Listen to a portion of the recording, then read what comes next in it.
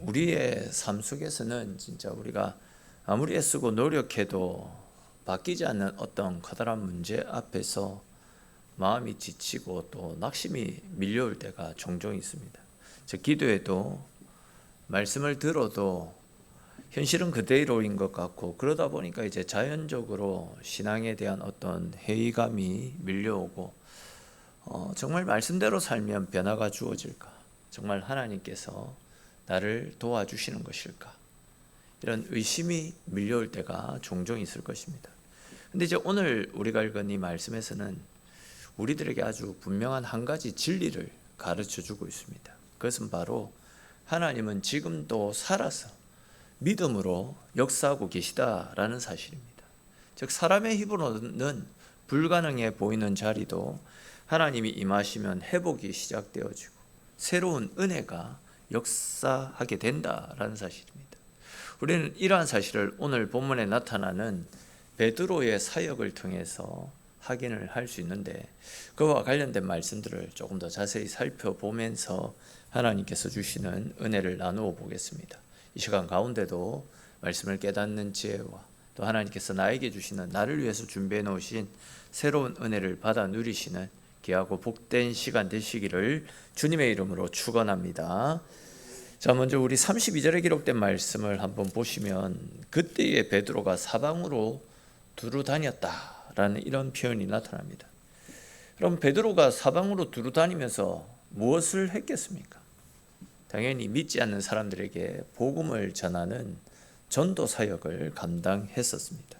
그리고 또 보시면 그렇게 전도 사역을 하던 중에 룻다에 있는 성도들에게 방문을 했다라는 말씀도 나타납니다. 여기에 나타나는 룻다는 사마리아 땅과 유다 땅 그 경계 지역에 있는 작은 도시인데, 아마 그 당시에 그곳에도 이미 복음이 증거되어서 꽤 많은 사람들이 예수님을 구원자로 믿고 신앙생활을 하고 있었던 모양입니다. 이에 이제 베드로가 룻다에 있는 성도들을 격려하고 위로하기 위해서 그곳에 방문을 했더니 33절에 기록된 말씀처럼 그곳에는 중풍병으로 8년 동안 고생을 하고 있던 애니야라고 하는 사람이 있었더랬습니다. 사실 말이 8년이지 긴병에 효자 없다고, 이 정도면 뭐 가족과 친지들도 다 이 애니야라는 사람을 등지고 떠나간 그런 상황 아니었겠습니까? 근데 보시면 베드로는 이 중풍병자를 주님의 능력으로 일으켜 세우는 것을 볼 수 있습니다. 근데 우리는 베드로가 8년 된 이 중풍병자를 고치는 이 장면에서 몇 가지 중요한 사실을 발견할 수 있습니다. 그래서 먼저 이 사람을 낫게 하시는 주체가 베드로가 아니라 예수님이다 라는 사실을 확인할 수 있습니다. 34절을 보시면 애니야가 베드로가 그 애니야에게 예수님이 너를 낫게 하시는 것이다 이렇게 선포하는 것을 볼 수 있습니다. 지금 베드로는 예수님의 이름으로 이 여인을 문안했던 것이고 예수님의 이름으로 이 여인을 낫게 했던 겁니다. 근데 이제 34절을 다시 보십시오. 베드로는 이 중풍병자를 보면서 네가 나았으면 좋겠다, 네가 나았으면 좋겠다라고 기도하지 않았습니다. 주님이 너를 낫게 하신다라고 믿음에 찬, 확신에 찬 선포를 하고 있습니다. 선포를 하고 있다라는 것은 굉장히 중요한 겁니다. 다들 공감하시겠지만 신앙은 물음표가 아닙니다. 신앙생활은 의문형이 아닙니다. 신앙생활은 믿음으로 선포하는 것입니다. 그래 놓고 안 나오면 어떡하지? 의심하고 걱정하는 것이 아니라 우리와 함께 하시는 주님께서 반드시 회복시켜 주시고 치료시켜 주실 것이다 라는 확신을 가지고 믿음으로 선포하는 것, 이것이 바로 믿음이다라는 겁니다. 그렇게 우리가 믿음으로 주의 이름을 의지하고 선포하게 될 때에 우리들을 통하여서, 우리의 입술을 통해서 하나님의 기적이, 하나님의 일하심이 나타나게 되는 것입니다. 하나님께서 우리를 복의 통로로 삼아 주시지 않았습니까? 즉 하나님께서 우리를 복의 통로로 삼아 주셨기 때문에 우리가 믿고 구하고 선포할 때에 우리를 통해서 역사하시는 하나님의 은혜를 경험하게 될 줄로 믿으시기를 바랍니다. 아시듯이 제가 금요일하고 또 주일 오전 예배 때 선포하는 기도를 하고 있습니다. 처음에는 저도 이제 오늘 말씀에서도 이야기했듯이 과연 나을까? 안 나으면 어떻게 하지? 이런 불안한 마음들이 있었습니다. 근데 말씀에서 약속하고 있는 것이니까 말씀대로 선포하고 말씀대로 따를 때에 하나님의 은혜와 기적들이 나타날 수 있을 것이다. 이런 확신이 들었습니다. 그리고 계속해서 믿음으로 선포하는 기도를 드리고 있습니다. 그러다 보니까 이제 성도들 가운데서 목사님 그렇게 기도하시고 나서 제가 아픈 부분이 나은 것 같아요. 내가 치료된 것 같아요. 이렇게 말씀하시는 분들이 종종 있습니다. 이것은 저에게서 어떤 능력이 나타나는 것이 아니라 우리가 말씀대로 믿고 선포하라고 하셨기 때문에, 선포했기 때문에 하나님께서 우리에게 당신의 살아계심을 보여주시는 것이다. 저는 그렇게 믿고 확신하고 있습니다. 저와 여러분들 모두가 사랑방으로 모임을 가질 때나 아니면 함께 교제할 때에 믿는 자들에게 따르는 표적들, 즉 병든 자들에게 손을 얹은 즉 그 병이 나을 것이고 귀신이 떠나갈 것이다. 이렇게 하나님께서 약속하신 이 약속의 말씀을 믿고 믿음으로 선포하고 믿음으로 기도하며 주님의 축복과 주님의 은혜를 선포하는 곳곳에 우리에게도 말씀에 나타나고 있는 치유의 역사와 회복의 기적들이 넘쳐나게 될 줄로 믿으시기를 축원합니다. 자, 이렇게 우리가 믿음으로 선포하게 될 때에 하나님의 은혜가 우리 가운데 나타나게 된다라는 말씀을 드렸는데, 오늘 본문도 보십시오. 베드로가 믿음으로 선포하자 그 병이 깨끗하게 치료가 되었습니다. 그런데 이제 베드로는 주님이 너를 낫게 하셨다, 선포하는 것으로만 그치지 않았습니다. 거기에서 한 걸음 더 나아가서 네가 나았으니 일어나 자리를 정돈하라, 이렇게 명령까지 내리는 것을 볼 수 있습니다. 근데 여러분, 지금 이 베드로가 네가 나았으니 일어나 자리를 들고 걸어라 이렇게 선포하는 것은 어디에서 우리가 많이 본 그런 말씀 아닙니까? 사실 이 말씀은 베드로가 예수님의 공생의 사역 가운데 예수님을 통해서 보고 배운 일이었습니다. 예수님께서 공생의 사역을 하시던 중에 베데스다 연못가에서 38년 동안 일어나 걷지를 못하던 그 안진뱅이를 고쳐주신 사건이 있지 않았습니까? 그때 예수님은 그 병자에게 일어나 네 자리를 들고 걸어가라 라는 선포를 하셨더랬습니다. 그리고 그것을 옆에서 보았던 베드로도 예수님과 똑같이 예수님께 나타났던 은혜와 능력들이 나에게도 동일하게 나타날 것임을 믿는 믿음을 가지고 네가 나았으니 일어나 자리를 정돈하라 이렇게 외쳤던 겁니다. 다시 말해서 보고 배운 대로 행했다라는 겁니다. 그러니까 이제 자기가 보고 경험한 것을 그대로 믿고 따르는 것, 이것이 바로 하나님이 우리에게 기뻐하시는 믿음이고 하나님께서 일하심을 눈으로 목격할 수 있는 믿음이다라는 겁니다. 조금 다른 관점에서 말씀을 드리면 참 믿음은 기록된 말씀에 근거해서 말씀대로 행동하는 것이고 말씀에 순종해서 그대로 따르는 것, 이것이 바로 믿음이다라는 겁니다. 다시 말해서 아무리 불가능해 보여도 말씀대로 믿고 순종할 때에 하나님의 능력이 나타나게 되는 겁니다. 그러나 아무리 말씀에서 이야기해도 야, 설마 이게 그대로 나타날 수 있을까? 우리 속에 이런 마음이 있다면, 의심하는 마음들이 있다라고 한다면 그때에는 내가 믿고 있는 그대로 아무 일도 나타나게 되지 않는 것입니다. 그렇습니다, 여러분. 내 속에 생각이 많고 내가 하고자 하는 말들이 많은 사람들은 예수님의 말씀을 들을 시간이 사라지게 됩니다. 하나님은 우리들이 말씀을 읽을 때나 기도를 드릴 때에 분명히 당신의 마음을 우리에게 알려주십니다. 때로는 깊은 감동을 우리에게 주실 때도 있습니다. 또 어떤 사람은 말씀을 들으면서 기도를 드리면서 깊은 감동을 받고서 어떤 일을 해야 되겠다, 이런 마음의 감동을 느낄 때도 있습니다.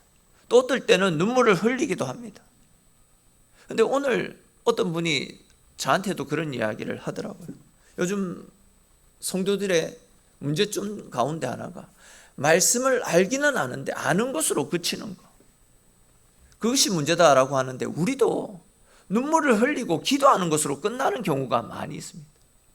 기도가 끝나면 모든 것이 다 끝나버립니다. 그러나 여러분, 성령이 우리 가운데 말씀하실 때에는 말씀을 받는 것으로 그쳐서는 안 됩니다. 주시는 말씀을 믿고 그대로 순종하는 삶을 살 수 있기를 바랍니다. 내 이성에 내 생각에 맞지 않는다 할지라도, 그것이 현실적으로 불가능해 보이는 말씀이라 할지라도, 그 일이 너무나도 힘든다 할지라도 재고 빼고 하지 마시고 말씀 앞에 온전히 내 삶을 드리고 말씀대로 순종해 보십시오. 순종할 때에 지금도 살아 역사하시고 우리를 통해서 일하시는 하나님의 은혜와 능력들이 내 삶을 통해서도 나타나게 될 줄로 믿으시기를 바랍니다. 34절 말씀 마지막 부분을 한번 보십시오. 베드로가 예수님에게 배운 대로 믿음으로 선포했을 때에, 또한 에니야도 베드로가 선포했던 말씀, 즉 예수님이 낫게 하셨으니 일어나 네 자리를 정돈하라 라는 이 말씀에 순종했더니 그가 일어나 걷게 되는 기적이 나타났지 않습니까? 그렇습니다, 여러분. 기적은 말씀이 떨어지고 그 말씀에 순종하는 순간부터 즉시로 일어나게 되는 것입니다. 오늘 사도행전에 기록된 이 말씀을 우리들이 아멘으로 받고 아멘으로 응답하는 그 즉시로 하나님의 기적들이, 우리를 통해서 역사하시는 하나님의 은혜들이 우리의 삶 가운데도 동일하게 나타나게 될 줄로 믿으시기를 바랍니다. 혹 우리의 삶 가운데 기적이 필요한 분들이 계십니까? 하나님의 일하심의 은혜가 절실히 필요한 분들이 있습니까? 주님의 위로하심과 만져주심의 은혜가 필요한 성도들이 있지는 않습니까? 하나님은 당신이 말씀하신 그대로 우리를 고쳐주실 것이고 우리를 회복시켜 주실 것입니다. 우리가 가진 믿음 그대로 우리의 삶 가운데도 동일하게 나타나게 될 줄로 믿으시기를 바랍니다. 말씀대로 믿고 말씀대로 순종하는 우리 모두에게 사도행전에 나타났던 하나님의 은혜와 능력들이 임할 수 있게 되기를 주님의 이름으로 축원합니다. 자, 이렇게 베드로가 믿음 가운데 선포해서 예수님의 능력 가운데 에니야가 치료를 받았습니다. 그렇게 이제 에니야가 치료를 받고 변화가 일어나게 되자 그 모습을 보고 수많은 사람들이 또 예수님을 믿고 예수님께로 나오는 모습을 볼 수 있습니다. 즉, 한 사람이 회복되고 변화되어지자 그 한 사람으로 인해서 수많은 사람들이 주님께로 돌아오는 역사가 나타나고 있는 것입니다. 그렇기 때문에 우리 가운데 한 사람이 변화되어지는 것, 이것이 굉장히 중요한 일이다라고 할 수 있습니다. 사실 말씀을 보시면 아시겠지만 이 에니야라고 하는 이 사람은 유식한 사람도 아닙니다. 부자도 아니었습니다. 권력자도 아니었습니다. 오랜 세월 동안 병으로 인해서 고통을 받고 있던, 좀 죄송한 표현이지만 진짜 별 볼 일 없는 그런 사람이었습니다. 조금 표현이 그럴 수 있습니다. 있어도 그만, 없어도 그만인 그런 인생입니다. 아니, 오히려 이 사람은 병으로 인해서 가족을 힘들게 하고 주변 사람들을 힘들게 만들었던 그런 사람이었습니다. 근데 이런 사람이 변화되니까 어떻게 됩니까? 초대교회에 대대적인 하나님의 은혜가 이루어지지 않습니까? 저는 우리들의 삶을 통해서도 이런 일들이 일어났으면 좋겠습니다. 한 사람이 변하면 우리 가정이 변하게 되고 사랑방이 변하게 되고 교회가 변하게 되는 것입니다. 우리 교회가 변화되기 위해서는 그렇게 많은 사람들이 필요한 것이 아닙니다. 정말 영적으로 깨어서 성령 충만한 하나님의 은혜를 사모하고 정말 그 누구보다도 하나님을 사랑하고 하나님께 헌신된 준비된 몇 사람만 있다면 하나님은 그 사람을 통해서 우리의 삶을, 우리의 가정과 교회를 변화시켜 나가실 줄로 믿으시기를 바랍니다. 사도 바울 한 사람이 변하니까 세상이 복음으로 바뀌지 않습니까? 베드로 한 사람이 변하니까 초대교회가 불일 듯이 일어나는 성령의 충만한 은혜로 풍성하게 채워지지 않습니까? 저는 저와 여러분들이 바로 이렇게 세상을 변화시켜 나가는 하나님께 붙들린 주님 앞에 바로 서 있는 믿음의 사람이 될 수 있었으면 좋겠습니다. 우리들이 중심이 되어서 우리 교회가 불을 받고 우리 교회가 변화되어지는 하나님의 능력이 불일 듯이 일어날 수 있기를 주님의 이름으로 축원합니다. 더 나아가서 우리 교회가 세상을 변화시켜 나가는 진짜 하나님이 기뻐하시는 하나님의 선한 도구로 귀하게 쓰임 받을 수 있기를 주님의 이름으로 축원합니다. 자, 이렇게 이제 룻다에 사는 에니야가 변화되고 회복되자 룻다와 사론에 사는 사람들이 주님께로 돌아오는 그런 역사들이 일어났습니다. 그리고 이제 그것이 시발점이 되어서 또 다른 생명의 역사가 일어나는 모습이 오늘 본문 가운데 나타납니다. 36절 이후의 말씀에 보시면 룻다로부터 약 15km 떨어져 있는 곳에 욥바라는 곳이 있었습니다. 그리고 그 욥바라는 곳에 다비다라고 하는 이름을 가진 한 여제자가 병이 들어 죽는 사건이 일어났습니다. 자, 그런데 이제 말씀을 자세히 잘 보십시오.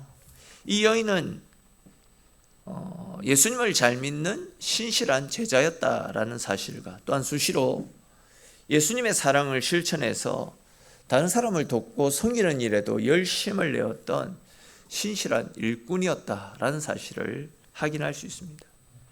그래서 그런지 이제 이 다비다라고 하는 이 여인이 죽었을 때에 그 주변에 있는 사람들이 정말 많이 슬퍼하고 정말 많이 괴로워하는 모습을 오늘 본문 속에서 볼 수 있습니다. 고대 문헌에 의하면 이 여인이 병이 들었던 이유도 자신의 몸을 돌보지 않고 선행을 하다가 병이 들었고 그 병이 깊어져서 죽게 된 것이다, 이렇게 기록을 하고 있습니다. 요즘 말로 하면 가로사로 죽은 것입니다. 그만큼 헌신적인 삶을 살았다라는 거죠. 근데 이제 39절 중간 이유를 보시면 모든 가부가 베드로 곁에 서서 울며 이 다비다 도르가가 그들과 함께 있을 때에 지은 속옷과 겉옷을 다 내어 보였다라는 이런 표현이 나타나고 있지 않습니까? 당시 이스라엘 사회뿐만이 아니라 이 시대 자체가 오늘날처럼 옷감을 구하는 것은 절대 쉽지 않았던 시절이었습니다. 옷감 자체가 굉장히 비쌌습니다. 그러다 보니까 이제 별다른 수입이 없었던 가부들이 옷감을 사가지고 자기 속옷을 만들고 겉옷을 만들어 입었다라는 것은 사실상 불가능에 가까운 시대였습니다. 근데 이제 이 도루가 다비다라고 하는 여인이 가부들을 위해서 겉옷과 속옷을 지어서 만들어 주었다, 이렇게 이야기하고 있습니다. 네, 여러분 다들 공감하시겠지만 다른 사람을 돕는 일은요, 돈이 있다라고 해서 할 수 있는 일이 아닙니다. 이웃을 측은히 여기는 사랑과 자비의 마음이 뒤따를 때에 다른 사람을 도울 수 있는 것입니다. 그러니까 이제 이 도루가라는 여인은, 다비다라고 하는 여인은 돈이 많아서 다른 사람을 섬겼던 것이 아니라 자기가 굶더라도 연약한 사람을 도와야 된다는, 주께 받은 사랑에 대한, 사랑의 빚진 자로서 그 사랑을 실천하고자 하는 마음이 있었다라는 거죠. 그러한 마음으로 가난한 가부들을 불러 모아서 옷도 지어 입혔고 옷만 지어준 것이 아니라 그들을 위로하는 말, 격려하는 말들을 많이 건네었습니다. 무엇보다도 그 일들을 통해서 그녀의 삶 가운데 다가온 사람들에게 복음을 증거하는 삶도 같이 병행했더랬습니다. 남편을 잃고 또 삶의 의미와 내일에 대한 소망을 잃어버렸던 수많은 여인들이 이 다비다의 위로와 섬김을 통해서, 무엇보다도 이 여인을 통해서 증거되어졌던 복음의 말씀을 통해서 다시금 희망을 되찾았고 삶의 활력을 되찾을 수 있었습니다. 어쩌면 욥바의 가부들에게 있어서 이 다비다는 정신적 지주, 영적인 아비나 마찬가지였습니다. 그런 여인이 죽었기 때문에 모든 여인들이 지금 슬퍼하고 애통해하고 있는 것입니다. 이 여인들과 주변의 사람들이 다비다의 죽음을 얼마나 안타까워하고 있었는지, 또 이 여인을 보내고 싶어 하지 않았던 이 다른 가부들의 마음을 엿볼 수 있는 말씀들이 오늘 말씀 가운데도 나타납니다. 당시 사람들은 죽으면 무덤으로 보내드렸습니다. 무덤에 시신을 안치했습니다. 나사로가 죽었을 때 그의 누이들이 그를 무덤으로 옮겨 놓았지 않습니까? 또 예수님도 죽으셨을 때 아리마대 요셉이라는 사람이 예수님을 돌무덤으로 옮겨 놓고 장사를 지냈습니다. 죽으면 무덤으로 즉시 옮기는 것이 당시 이 고대 근동 지역의 풍습이고 문화였습니다. 그런데 보시면 사람들은 다비다의 시신을 무덤으로 가지고 가지 않았습니다. 그녀를 다락방으로 데리고 갔다라는 표현이 나타납니다. 여러분, 왜 이 가부들이 죽은 다비다의 시신을 무덤으로 데리고 가지 않고 다락방으로 옮겨간 것이겠습니까? 왜냐하면 이 유대인들에게 있어서 다락방은 부활의 어떤 특별한 의미가 있는 곳이기 때문입니다. 구약시대 때에 엘리야 선지자가 사르밧 가부의 아들이 죽었을 때에 어디에서 그 아들을 살려내었습니까? 다락방 아닙니까? 다락방. 그 가부의 다락방에서 죽은 아들을 살려드렸습니다. 즉 당시 구약시대의 다락방은 죽음을 생명으로 바꾸는 희망의 장소로 인식되어지고 있었습니다. 마가의 다락방에 모여서 기도했던 120명의 사도들, 이들이 왜 다락방에서 기도했습니까? 물론 사람들이 시선을 피해서 기도한 것도 있지만 하나님의 영이 임하기를 소망하는 마음으로 다락방에 모여서 기도했습니다. 그러니까 당시 사람들은 다락방은 뭔가 소생하는 그런 하나님의 은혜가 임하는 장소, 이런 느낌을 가지고 살아가고 있었다라는 겁니다. 당시 가부들은 다비다가 병이 들어 죽었지만 얼마 전 자기네 마을에서 얼마 떨어지지 않은 루다에서 베드로가 8년 된 중풍병자 에니야를 고쳐주었다라는 소문을 들어서 알고 있는 상태였습니다. 그리고 혹 베드로를 모시고 오면 이 베드로가 죽은 다비다를 살려내지 않을까, 이런 작은 신랄 같은 기대, 믿음을 가지고 있었더랬습니다. 그리고 이제 그런 믿음을 가지고 그녀를 무덤에 장사 지내지 않고 다락방으로 데리고 갔던 것입니다. 그리고는 이제 급하게 사람을 보내어서 베드로를 모셔온 상황입니다. 베드로가 그곳에 도착했을 때 다른 가부들이 다비다의 선한 일들을 이야기하면서, 즉 다비다가 그동안 교회를 위해서 또 성도들을 위해서 헌신했던 그녀의 섬김을 이야기하면서 다비다를 살려달라고 그렇게 간청을 하지 않습니까? 여러분, 이 상황을 한번 생각해 보십시다. 지금 기가 찰 상황 아닙니까? 지금 베드로의 눈에는 사늘한 시신이 놓여 있고 사람들이 지금 죽어 있는 사람을 살려달라고 이렇게 간청을 하던데, 아무리 베드로라고 해도 지금 이 상황이 황당하지 않았겠습니까?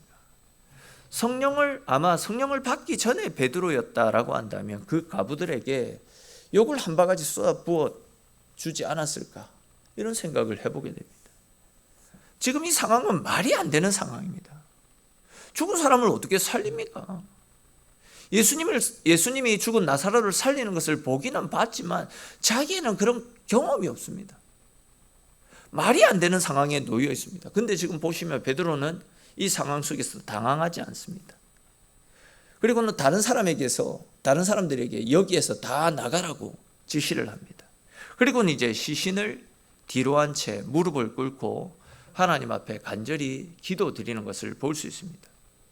그가 얼마나 오랫동안 기도드렸는지, 또한 그가 어떻게 기도를 드렸는지 성경에 나타나고 있지 않기 때문에 정확하게 알 수 없습니다.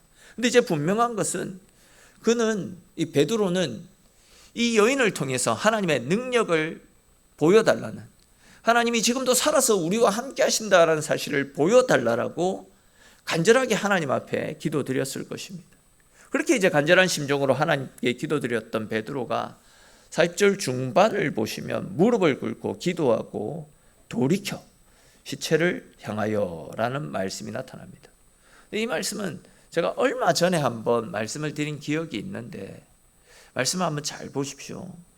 베드로가 이 여인을 위해서 기도할 때에 어떻게 기도했다라고 합니까?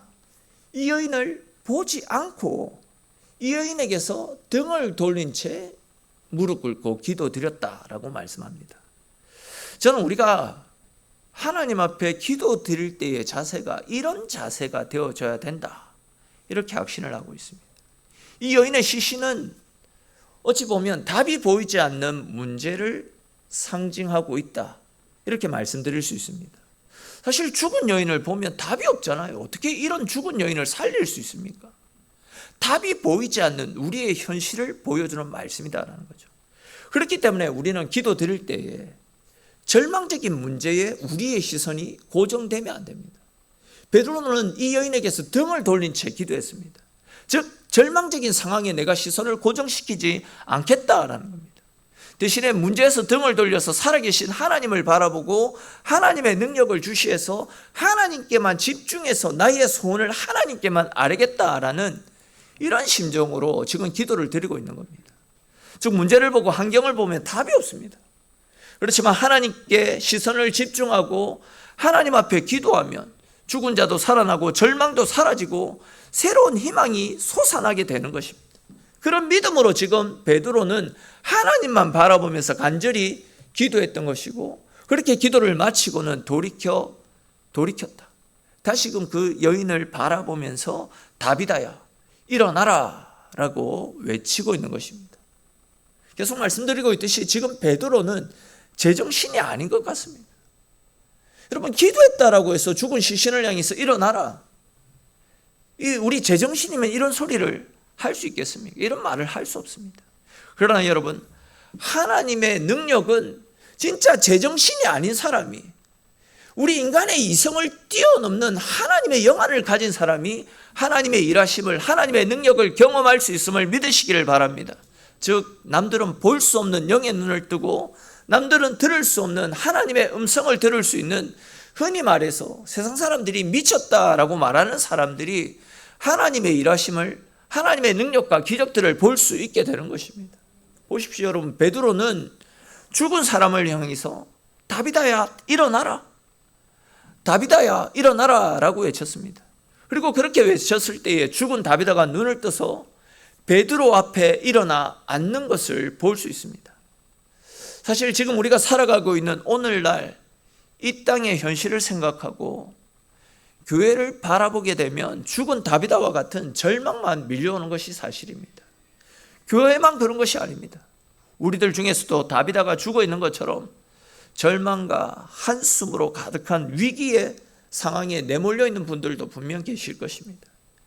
그러나 여러분, 베드로가 죽어 있던 다비다를 보지 않고 그녀에게서 등을 돌려 하나님을 바라보고 하나님 앞에 기도드렸던 것처럼 우리도 위기의 때이기 때문에 위기에서 눈을 돌려 하나님께 우리의 시선을 고정시킬 수 있기를 바랍니다. 상황을 보면 절망만 밀려오지만 하나님을 바라보면 절망이 사라지고 희망이 솟아나게 될 줄로 믿으시기를 바랍니다.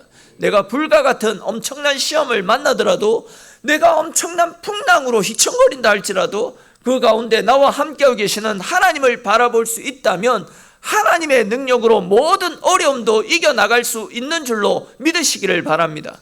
죽었던 다비다가 다시 살아났던 것처럼, 또한 에스겔 골짜기에서 마른 뼈다귀가 생기가 들어가고 생명이 회복되어졌던 것처럼 우리 역시도 하나님의 능력을 힘있게 되면, 환경이 아니라 하나님을 바라보며 하나님의 은혜를 힘있게 되면 사경을 헤매게 되는 그런 위기 가운데서도 건짐을 받고 회복되어지는 하나님의 은혜를 누리게 될 줄로 믿으시기를 바랍니다. 우리 모두에게, 우리에게 베풀어 주시는, 지금도 살아 역사하시는 하나님의 은혜가 불일 듯이 일어나는 그 은혜를 경험하며 살아가는 저와 여러분들의 인생이 될 수 있기를 주님의 이름으로 축원합니다. 사실 지금 우리 모두에게 이런 은혜가 절실히 필요하다라고 생각합니다. 무너지고 영적으로 잠들어 있는 우리들의 삶과 이 시대의 교회 가운데, 또한 이 나라와 이 민족 가운데 절망과 죽음의 그림자가 사라지고 다비다와 같이 자리를 털고 일어나는 하나님의 능력들이 일어날 수 있기를 주님의 이름으로 축원합니다. 여러분 보십시오. 앞에서도 말씀을 드렸듯이 이렇게 다비다가 일어나니까 어떻게 됩니까? 다비다로 인해서 온 요파 사람이 변화되어 주님께로 돌아왔다라고 말씀하고 있지 않습니까?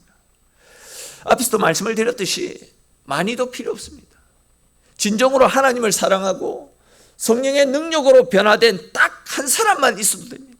살아있는 믿음을 가진 소수의 성도들만 있으면 세상은 그 사람들로 말미암아 변화되어지는 하나님의 은혜를 누리게 될 것입니다. 저는 저와 여러분들, 우리가 그 역사의 주인공이 되었으면 좋겠습니다. 그래야 해서 저와 여러분들을 통해서 우리가 어디를 가든지 또 누구를 만나든지 무엇을 하든지 우리를 통해서 생명이 살아나고 회복이 일어나는, 사도행전이 새롭게 써내려져가는 새로운 역사들이 우리의 삶을 통해서 날마다 새롭게 일어날 수 있게 되기를 주님의 이름으로 축원합니다. 그리고 우리가 날마다 이런 일들을 위해서 기도해야 됩니다. 사랑의 주님, 나를 생명의 도구로 사용하여 주옵소서. 사랑의 주님, 나를 사람을 살리는 도구로 사용하여 주시옵소서. 오늘도 내일도 날마다 우리의 인생이 이렇게 능력 있는 삶, 생명을 살리고 구원하는 삶이 될 수 있도록 주님 나를 사용해 주십시오라는 이러한 기도가 저와 여러분들의 평생의 기도의 제목이 되어지고, 그러한 기도의 제목대로 평생 동안 이런 일들을 위해서 하나님 앞에 기도할 때에 하나님 베풀어 주신 은혜와 사랑과 능력들이 우리의 삶 가운데 날마다 새롭게 일어나고, 그리하여 내가 체험한 하나님의 은혜, 내 안에 넘쳐나는 하나님의 사랑들을 세상 가운데 알리고 드러내고 증거하는 이 시대의 증인의 사명을 잘 감당하여 하나님 나라를 세우고 또한 하나님으로부터 칭찬 들을 수 있는 저와 여러분들의 생이 될 수 있기를 주님의 이름으로 축원합니다. 기도드리겠습니다.